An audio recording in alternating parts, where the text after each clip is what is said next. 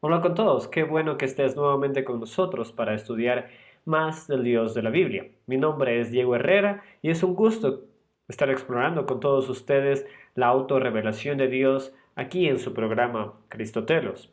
En las lecciones anteriores de esta serie, El Dios de la Biblia, hemos estudiado la autorrevelación de Dios. Hemos empezado viendo que la única forma de conocer a Dios es a través de la Biblia, puesto que es aquí en la Biblia donde Dios se da a conocer a sí mismo.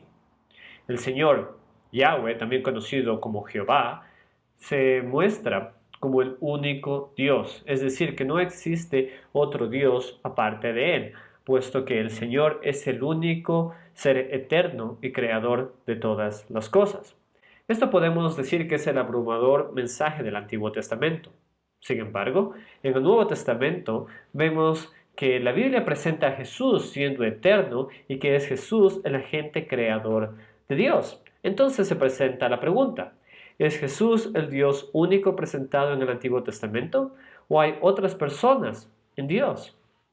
El día de hoy hablaremos de la primera persona de la Trinidad, conocida como el Padre, y veremos la relación que el Padre tiene con el Hijo, es decir, con Jesús.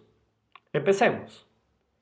En cuanto a la doctrina de la Trinidad, de la persona de quien se ha dudado menos su deidad es el Padre.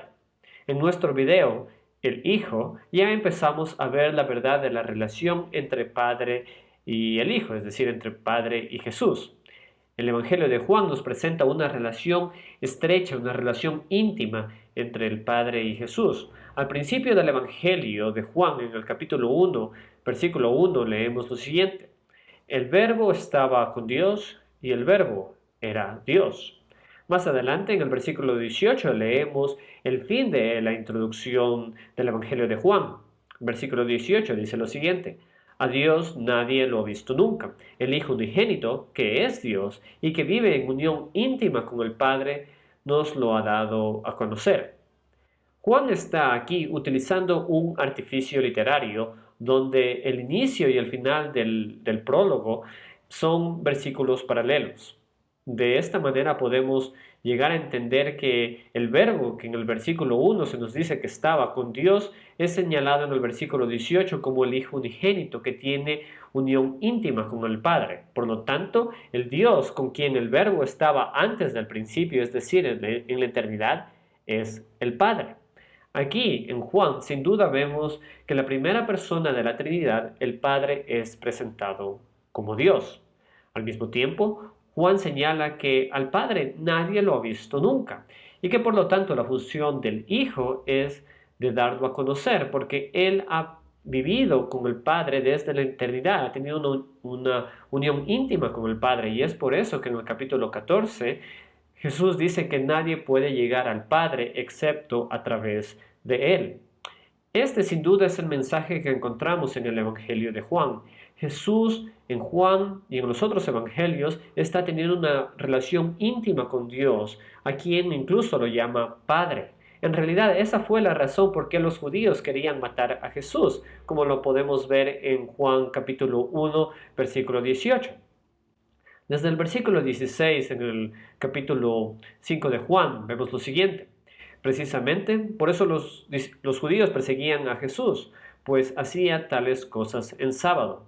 Pero Jesús les respondía: mi Padre aún hoy está trabajando y yo también trabajo. Así que los judíos redoblaban sus esfuerzos para matarlo, pues no solo quebrantaba el sábado, sino que incluso llamaba a Dios su propio Padre, con lo que él mismo se hacía igual a Dios. Amigos, aquí podemos ver que Juan de varias maneras está presentando al Padre y al Hijo teniendo una relación íntima y a ambos siendo Dios. La Biblia explícitamente se refiere al Padre como un ser divino. Hay muchos textos que sin duda testifican esta verdad, y uno de ellos es 1 Corintios 8:6, donde leemos: para nosotros no hay más que un solo Dios, el Padre, de quien todo procede y para el cual vivimos. Y no hay más que un solo Señor, es decir, Jesucristo, por quien todo existe y por medio del cual vivimos.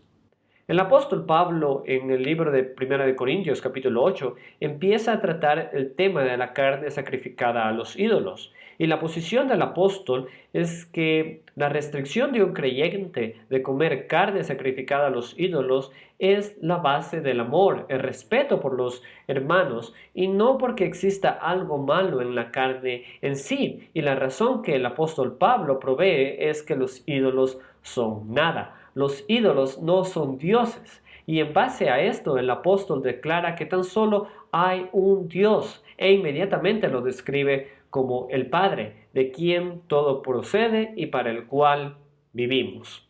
Si vemos esta frase, nos dice mucho acerca del Padre. Nos dice que el Padre es Dios. Primeramente lo describe como creador, puesto que afirma que de Él todo procede.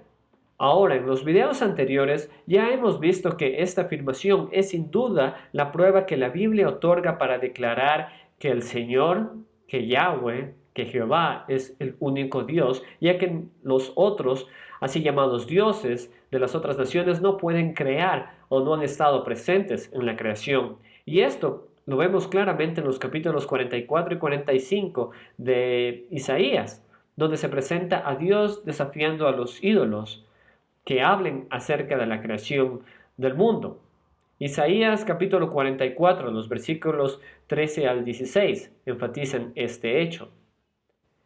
El carpintero mide con un cordel, hace un boceto con un estilete y lo trabaja con el escolplo, y lo traza con el compás y le da forma humana.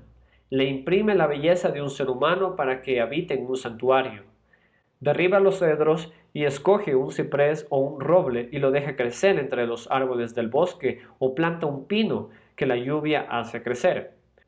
Al hombre le sirve de combustible y toma una parte para calentarse, enciende un fuego y hornea pan, pero también labra un dios y lo adora, hace un ídolo y se postra ante él. La mitad de la madera la quema en el fuego, sobre esa mitad prepara su comida, asa carne y se sacia, también se calienta y dice: «Ah, ya voy entrando en calor», mientras contemplo las llamas. Con el resto hace un dios, un ídolo, y se postra ante él y lo adora. Y suplicante le dice: «Sálvame, pues tú eres mi Dios». El mensaje de Isaías no puede ser más claro. Dios está utilizando la ironía para enseñar con toda claridad que Él es Dios y que los ídolos no son dioses. Con esto Dios muestra cuán ridículo es de adorar a un ídolo antes que el Dios único, antes que al Dios verdadero. Entonces, con todo esto podemos ver al apóstol Pablo en la carta a los Corintios señalando con toda claridad que el Padre es Dios y que por esta razón nosotros vivimos para el Padre, puesto que Él es el Creador, puesto que el Padre es Dios. Y de esta manera, amigos, nosotros podemos ver claramente que la Biblia declara al Padre como un ser divino, lo declara como Dios. Ahora, si recuerdas al inicio de esta lección, mencionamos que el Nuevo Testamento presenta a Jesús siendo eterno y siendo creador. Y esta realidad también la podemos ver en este versículo de Primera de Corintios. Si leemos otra vez Primera de Corintios 8:6, vemos lo siguiente: «Para nosotros no hay más que un solo Dios, el Padre, de quien todo procede y para el cual vivimos. Y no hay más que un solo Señor, es decir, Jesucristo, por quien todo existe y por medio del cual vivimos». Si leemos con atención este versículo a la luz de las palabras de Isaías, podemos ver que el apóstol señala a Jesús siendo Dios al igual que el Padre, ya que Jesús es por quien todo existe y por medio del cual vivimos. Estas son las pruebas que Isaías nos da de Dios, acerca de Dios. Por lo tanto, el apóstol señala al Padre y a Jesús siendo Dios y al mismo tiempo la señala como personas diferentes. Y esto, queridos amigos, es la belleza de nuestro misterio de la Trinidad. Un solo Dios en tres personas: el Padre, el Hijo y el Espíritu Santo. Y esto lo seguiremos viendo en las próximas lecciones. Mi nombre es Diego Herrera y les agradezco por su compañía y les invito que juntos sigamos aprendiendo más del Dios de la Biblia aquí en su programa Cristotelos. Saludos.